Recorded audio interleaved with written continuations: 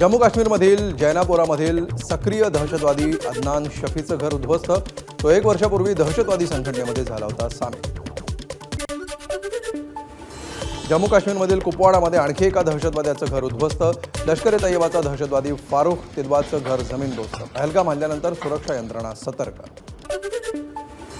पहलगाम हल्ल्यानंतर आणखी 4 संशयित दहशतवाद्यांची घरं उद्ध्वस्त। आतापर्यंत 9 दहशतवाद्यांची घरं जवानांकडून जमीनदोस्त।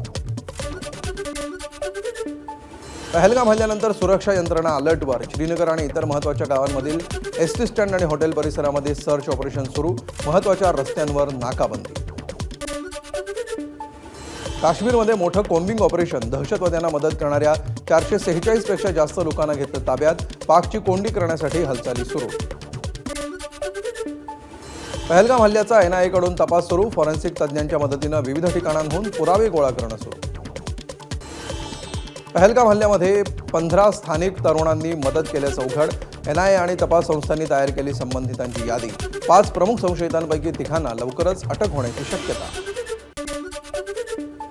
पहलगाममध्ये काही स्वयंसेवी संस्था आणि भाजप समर्थकांचा निषेध मोर्चा। तिरंगा आणि काळे झेंडे घेऊन स्थानिक लोक मोर्चात सहभागी। अरबी समुद्रामध्ये नौदलाकडून जोरदार युद्धसराव सुरू। अनेक युद्धनौकांवरून क्षेपणास्त्रभेदी यंत्रणेच्या चाचण्या। युद्धनौकांवरून गोळीबाराचाही सराव। कधी कुठेही आणि कसंही तयार आहोत, नौदलाची घोषणा। दोषींना शिक्षा द्या, त्यांना दया दाखवू नका, मात्र निष्पाप लोकांचं नुकसान होऊ देऊ नका। पहलगाम हल्ल्यावर जम्मू काश्मीरचे मुख्यमंत्री उमर अब्दुल्ला यांचं वक्तव्य। पाकिस्तानकडून पुन्हा एकदा शस्त्रसंधीचं उल्लंघन। रामपूर सेक्टरमधील पाकिस्तानी चौक्यांवरून गोळीबार। पाकिस्तानातील मुजफ्फराबादमधील झेलम नदीला पूर। पाकिस्तानमध्ये आणीबाणी जाहीर। भारतानं पाकिस्तानसोबतचा सिंधू पाणी करार रद्द केल्यानंतर पाकिस्तानमध्ये पूर परिस्थिती। अटारी सीमेच्या चेकपोस्टवर महिलेचा आक्रोश। महिलेच्या मुलाला पाकिस्तानमध्ये परत पाठवत असल्यानं आक्रोश।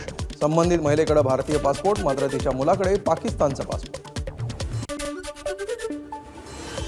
पाकिस्तानच्या सीमेला लागून असलेल्या गावांमधील नागरिकांकडून बंकर साफ करणं सुरू। पूर्वी जेव्हा गोळीबार होत असे तेव्हा या बंकरमध्ये राहायचे। आताच्या परिस्थितीतही बंकरचा आश्रय। पहलगाम हल्ल्यामुळे प्रत्येक भारतीयाचं रक्त सध्या सळसळतं। पंतप्रधान मोदींचा मन की बातमधून संवाद। हल्ला दहशतवाद्यांचा भ्याडपणा दाखवणारा होता। देशासमोरच्या संकटाविरुद्ध लढण्यासाठी दृढपणा दाखवला पाहिजे, मोदींचं एकजुटीचं आवाहन। दहशतवादी हल्ल्यामध्ये जीव गमावलेल्यांना न्याय मिळेल, पंतप्रधान मोदींची ग्वाही। आज मन की बात करताना अत्यंत दुःख होत असल्याची मोदींकडून भावना व्यक्त। भारताच्या दुश्मनांना काश्मीर पूर्वपदावर येऊ नये वाटतं, मोदींचं मन की बातमध्ये वक्तव्य। संरक्षण मंत्री राजनाथ सिंग आणि CDS अनिल चौहान यांच्यात बैठक। पहलगाममधील दहशतवादी हल्ल्याच्या पार्श्वभूमीवर कार्यवाहीची रणनीतीवर चर्चा। ABP माझा, उघडा डोळे बघा नीट।